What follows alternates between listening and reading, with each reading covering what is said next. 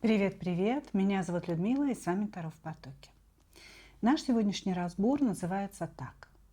Давно расстались. Помнит ли он о вас и что именно? И наш сегодняшний разбор будет только на одну позицию, поэтому внимательно слушайте сигнификацию.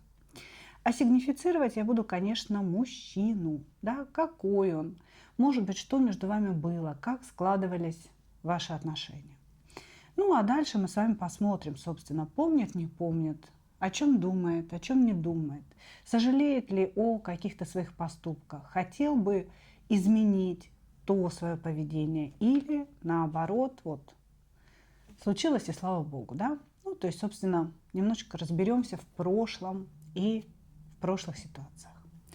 Начинаем. Одна позиция и смотрим, что за мужчина пришел.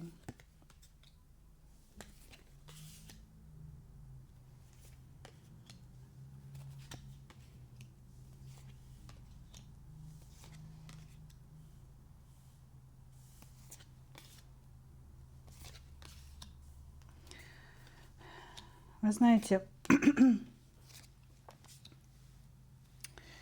идет такая энергия интересная, как будто бы это мужчина иллюзия, какой-то ненастоящий. Есть, ну, наверное, то, что он о себе создает, показывая, да, определенные качества. И есть он настоящий.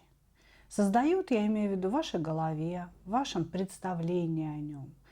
Вот, значит, и есть то, что он создает для вас, какая-то картинка, какой-то образ. Есть то, что он создает для общества, для людей, для мужской части населения, да, то есть друзей своих. Вот. Есть то, что он создает для своей семьи, может быть, для родительской семьи. Вот. Но это ни одно, ни второе, ни третье никак не соответствует его истинному «я». Как будто бы здесь мужчина, да, все время придумывает, кем он будет в данных отношениях, как он будет выглядеть для вот этих людей. И никто не знает, какой он настоящий. Значит, мужчина идет по магу, да, то есть сигнификация начинается с аркана маг, который говорит о чем? О том, что человек очень сильно манипулятивен. Он привык быть серым кардиналом в ситуациях. Он привык манипулировать какими-то тонкими струнками души.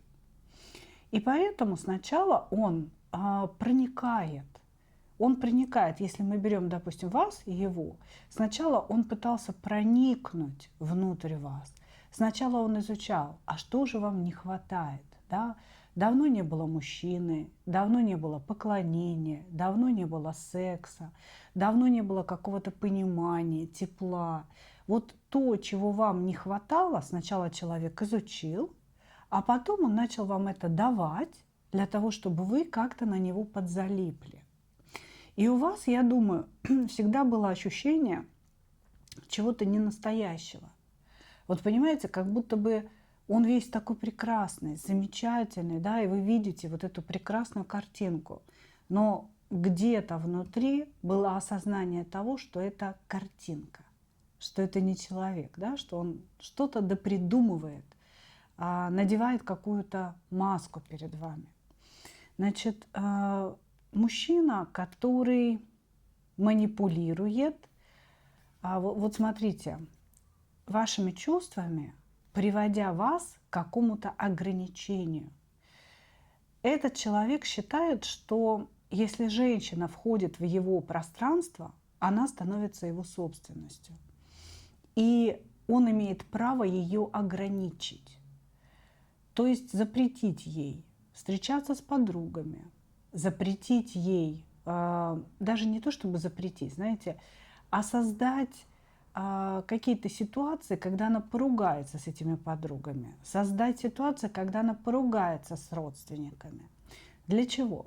Для того, чтобы она сидела только при нем, слушала только его, для того, чтобы маг вошел вот во всю свою красу, как говорится. Этот мужчина считает, что он колесничий по жизни. Он считает, что он очень легок на подъем, что ему только, вот знаете, скажи фас, он тут же побежит. Да? Что любое дело, за какое бы он ни взялся, у него в руках спорится. То есть здесь мужчина очень высокого мнения о себе и о своих достижениях. Но так или иначе, пятерка пентаклей после короля пентаклей четко нам обозначает его жизненную, ну, его жизненные достижения, скажем так, результат. Несмотря на то, что он все время говорит о том, какой он крутой, или говорил, да, о том, какой он крутой, как много всего он достиг, где и какие у него, допустим, были победы, да, в этой жизни. Результат – это пятерка пентаклей. Этот человек то ли остался без денег, без жилья, может быть, вообще без всего. Без всего. А может быть, даже в моменте, когда вы с ним общались, встречались, он и был человеком, у которого ничего не было, кроме его эго раздутого.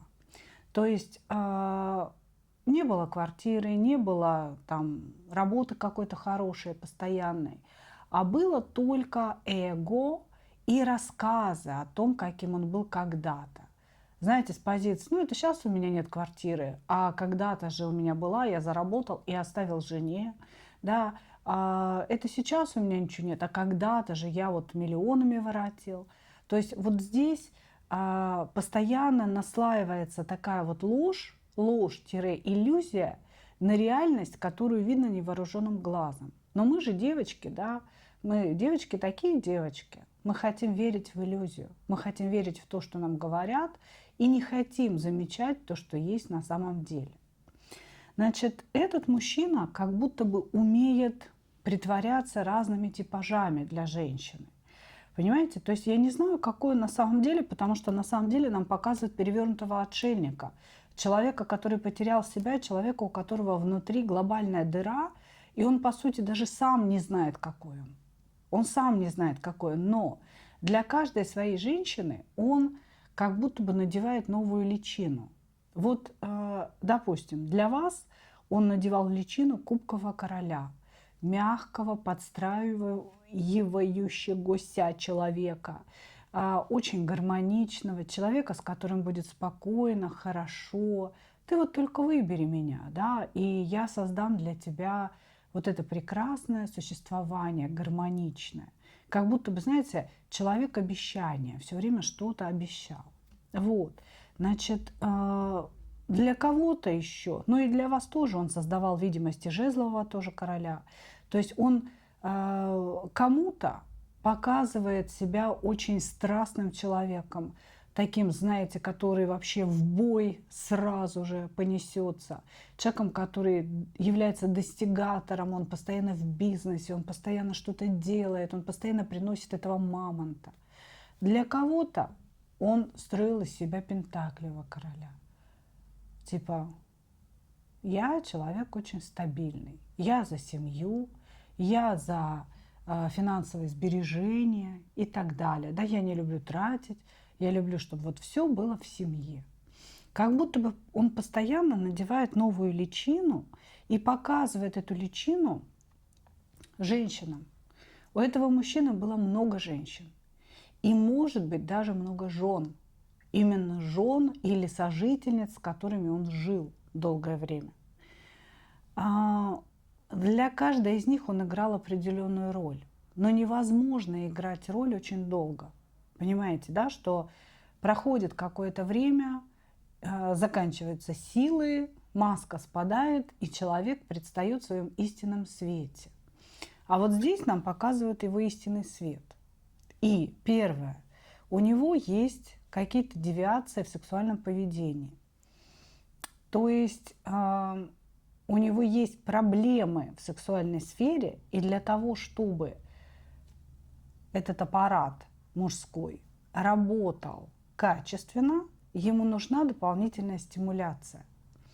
дополнительная стимуляция психологическая какая-то. То есть здесь у человека могли быть какие-то предпочтения в сексе, чтобы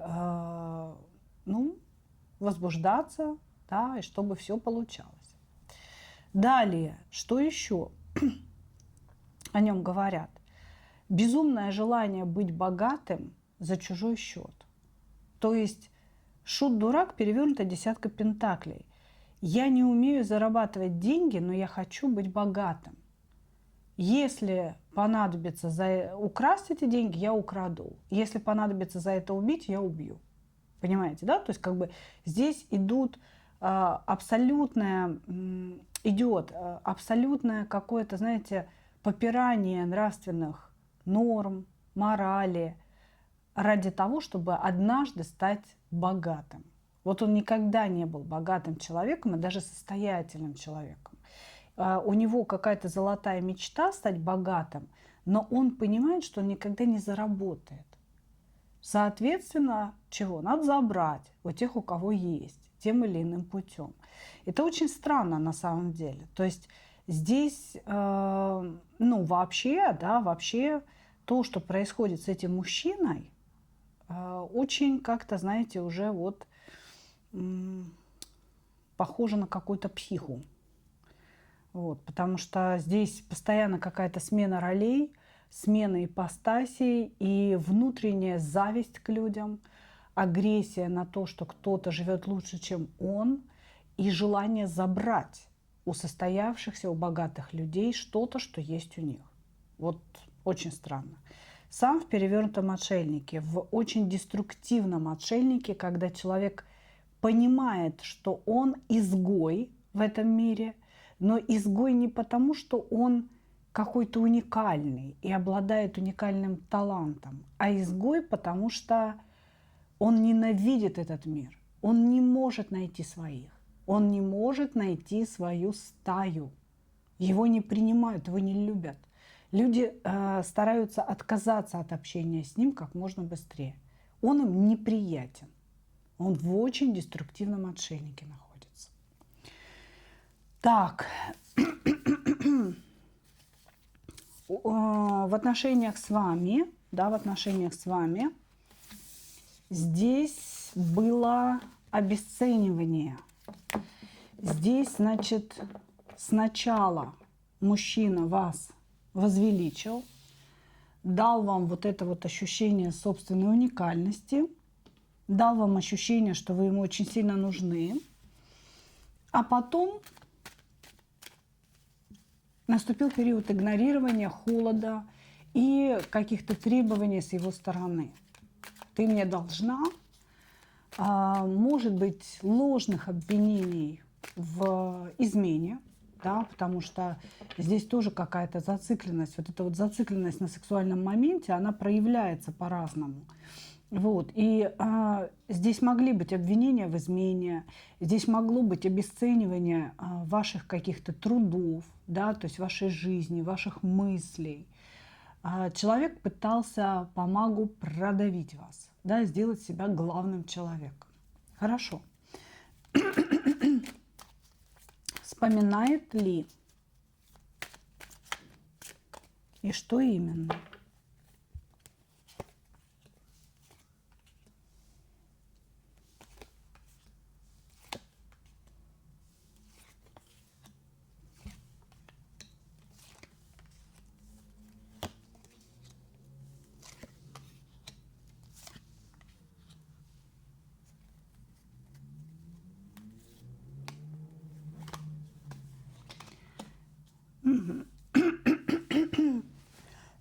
Не дают мне говорить, простите, не знаю, что происходит. Простите, пожалуйста. Такое ощущение, что человек как бы находится рядом с вами на самом деле, то есть интересуется вашей жизнью и как будто бы чувствует, что ли, что мы его просматриваем. Значит, что он говорит? Он не просто вас вспоминает, он действительно находится рядом с вами. В каком плане? Он может просматривать ваши страницы, он может возвращаться в какие-то ваши диалоги, да, и смотреть, что вы писали, что он писал.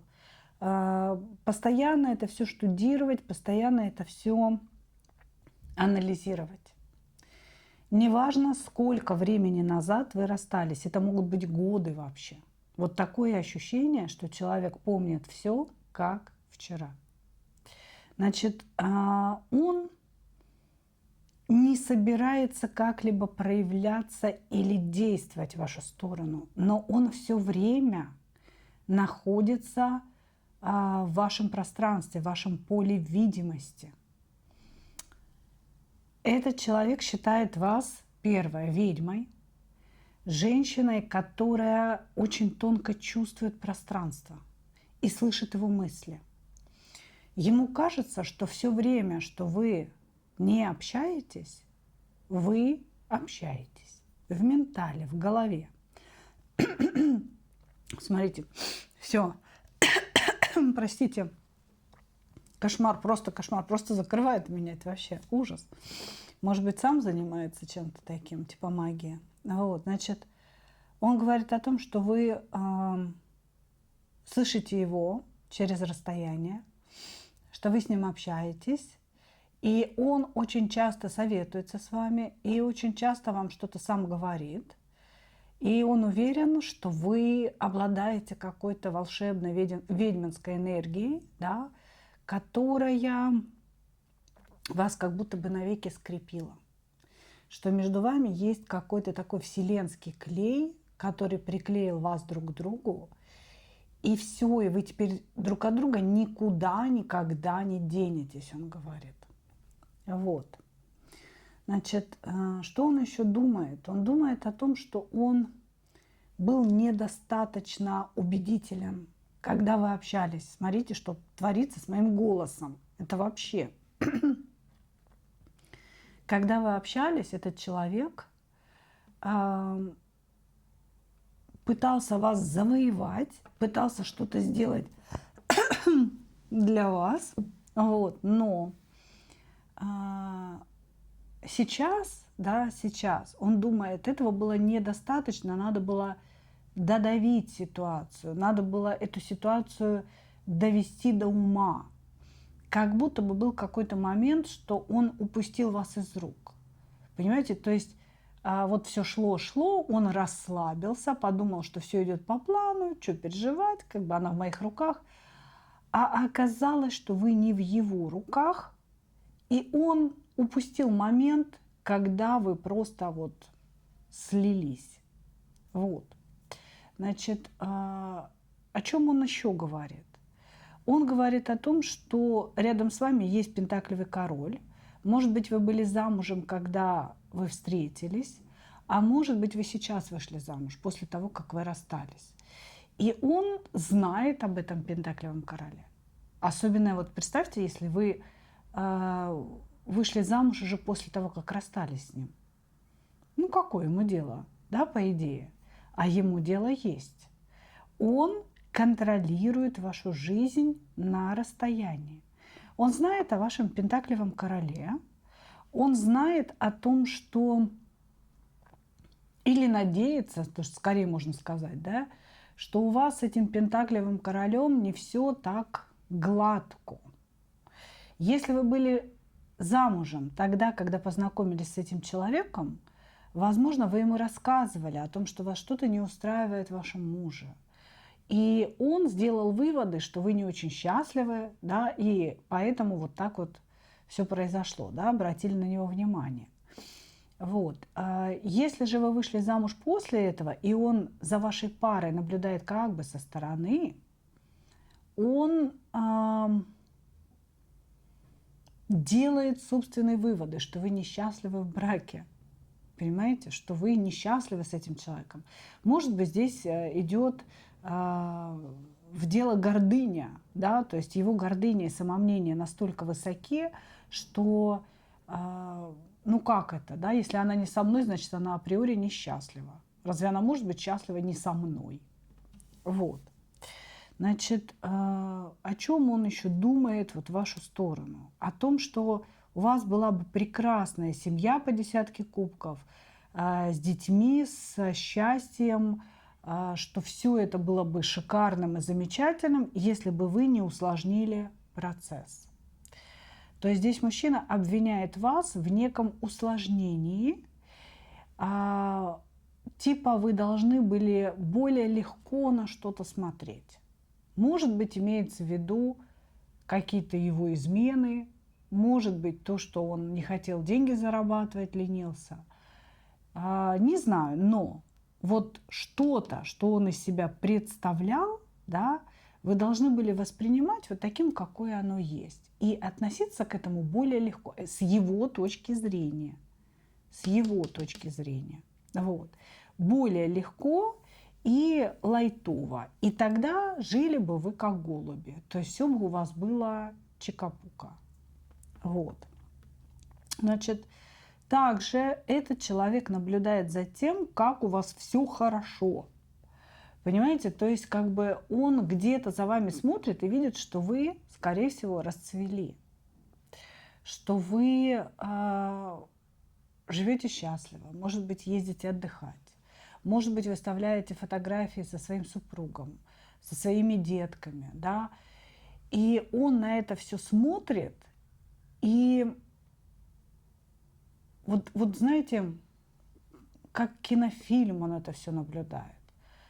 Я не могу сказать, что он прям сильно злится и уж точно не радуется этому. Он просто смотрит вот состояние какого-то отупения, типа того, что да ладно, да ну, врешь, да не может быть такого. Понимаете, как будто бы с таким недоверием, что действительно ли у вас это хорошо все или нехорошо. Тут все упирается в его персону и в его значимость для него самого. Понимаете, как она может без меня быть счастлива, как она может улыбаться с этим мужиком на фотографии, да, ну, вообще без меня разве что-то может быть хорошее. То есть вот с этой позиции он думает о вас. Поэтому тут можно сделать такое заключение, да, что этот человек, он немножечко на вас зациклен, он следит за вами, он имеет о вас информацию. Это не добрые чувства, это не добрые мысли в вашу сторону, но и не катастрофически злые. Да? То есть человек здесь не собирается что-то делать. Он не собирается ничего делать, он просто наблюдает и, ну так, знаете, немножечко злится, немножко говнится. Хочется ему какого-то говнеца подлить в вашу жизнь, но не может, ручки коротки. Вот. Но прекрасно помнит, наблюдает, находится где-то в вашем пространстве, пусть даже интернет-пространстве, и постоянно интересуется информацией о вас. Давайте посмотрим, какие у него на сегодня к вам чувства.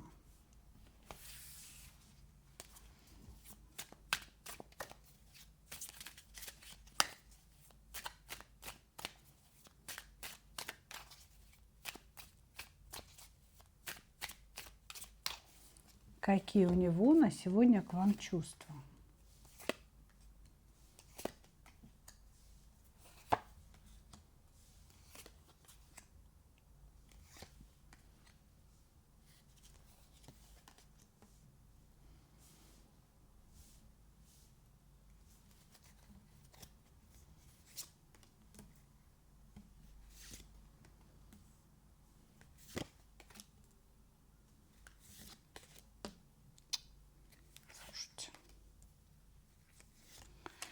На самом деле жесткая жесть. Все чувства окрашены очень таким серьезным сексуальным окрасом. Человек ежедневно просиживает на ваших страницах. Вот прям ежедневно здесь везде одни карты слежки, слежки, слежки, слежки. Я очень надеюсь, что он не имеет доступа к вам домой. Вот этот ваш бывший товарищ, потому что то, что здесь человек поставит какой-то жучок, поставит какую-то прослушку, это прям 100%. Он какой-то прибабаханный, припорошенный на эту тему. Вот. Значит, что в чувствах? Очень много страсти вместе с гневом. То есть его страсть к вам, она сейчас окрашена злостью, гневом, желанием сделать больно. Она есть. Она у него ежедневная. Ежедневная. То есть человек каждый день видит вас где-то и испытывает подъем вот этой вот энергии сексуальной, злится на вас. Но я думаю, окрашена злостью. Почему? Потому что вы не вместе, вы ему не принадлежите. А этому человеку очень сильно вас хочется. Вы для него просто гиперсексуальная женщина, понимаете? То есть та, которую я очень хочу. Вот ее я очень хочу. Я ей хочу показать, да, этот мир безумного секса со мной. Вот. Значит, что еще? Что еще? Какие чувства? Здесь есть желание отомстить. Отомстить через сексуальные отношения и какое-то унижение. Вы смотрите, только это разговор сейчас идет не о конкретном акте, да, взаимодействия двух людей, где мужчина унижает женщину, а немножко все по-другому.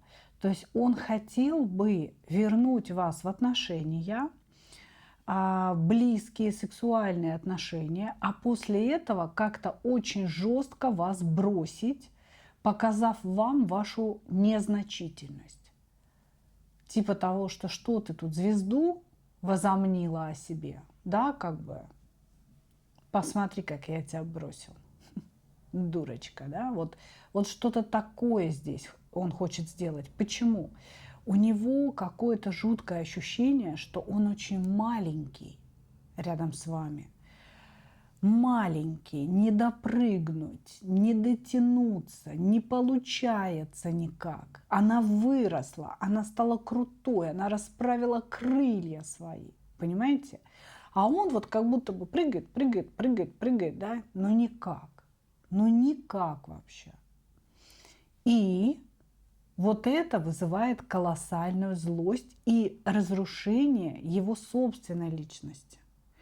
Я бы сказала, здесь очень серьезная зацикленность на вас. Не знаю, когда вы расстались, но здесь прям человек с утра до ночи крутит какие-то мысли. Он, конечно, опасный. Несмотря на то, что он не собирается ничего делать, да, возобновлять с ним какие-то отношения, давать ему шансы на будущее, но я бы вам точно не советовала, потому что у человека есть какой-то план мести за свою поруганную честь. Понимаете, что-то там вы его поругали когда-то. И он эту месть вот прям пестует, вынашивает и хочет реализовать. Это не очень все положительный момент. В чувствах очень много сексуальной, низкочастотной, достаточно пошлой страсти в вашу сторону, смешанной с гневом, с желанием уничтожить, обидеть, вот показать ей ее место. Очень много злости. Хорошо. Окей. Посмотрели вашего бывшего. Ох, и фрукт доложу я вам. Ну, давайте возьмем совет для вас, да. Что вам вообще делать сейчас, учитывая всю эту информацию, то, что товарищ ходит рядом, да, где-то там в черном плаще такой и подглядывает за вами. Давайте посмотрим. Совет для вас возьмем. Не проявляйтесь. Совет для вас. Вот смотрите, во-первых, опять жрица, да, то есть как бы чувствуете момент, чувствуете, когда он подошел слишком близко, когда он отошел, ослабил хватку. Вы его действительно чувствуете, тут он прав. Вот, значит, чувствуете момент. И первое, не поддавайтесь на провокацию. Любую. Он пытается на вас воздействовать ментально. Это раз. Если вы вдруг откликнетесь, ну, то есть возьмете, сами ему напишите, возьмете, сами ему позвоните, да, что ты там, как живой, не живой. Это будет реакцией на его ментальное воздействие. Далее. здесь может быть какая-то такая, хоть он и говорит, что действовать не собирается, да, какая-то такая провокация действием, но она не то, чтобы он вам написал, да, а как будто бы случайно встретились. Или если он далеко, то как будто случайно что-то вам скинул, какую-то фотографию или песню, или что-то там еще.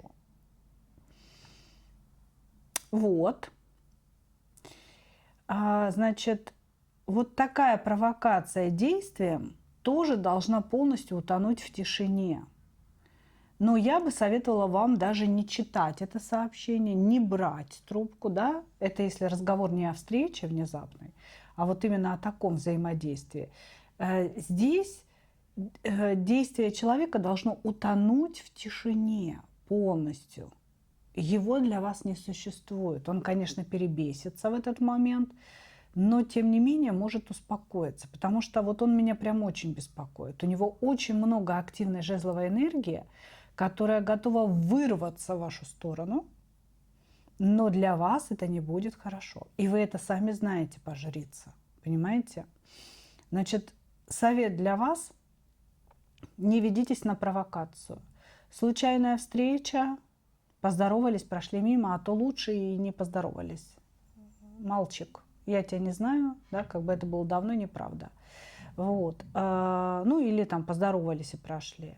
Написал, даже не читаем. Нафиг куда-нибудь в архив его. Вот. То есть здесь ваша задача – это искупать человека в полном чернейшем игноре. Не для того, чтобы его наказать, а для того, чтобы себя оградить от странностей этого человека, от его странной психики, потому что здесь вы никогда не можете быть уверены в том, что вы знаете, какой будет следующий шаг.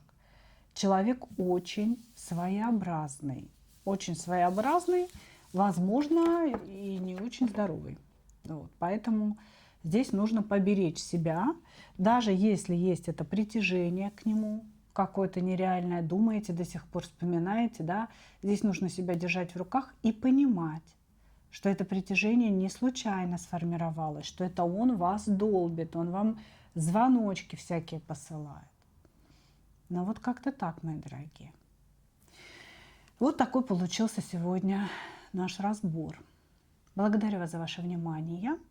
И как обычно, хочу пожелать вам только одного: встретить свою настоящую любовь и не потерять в ней себя.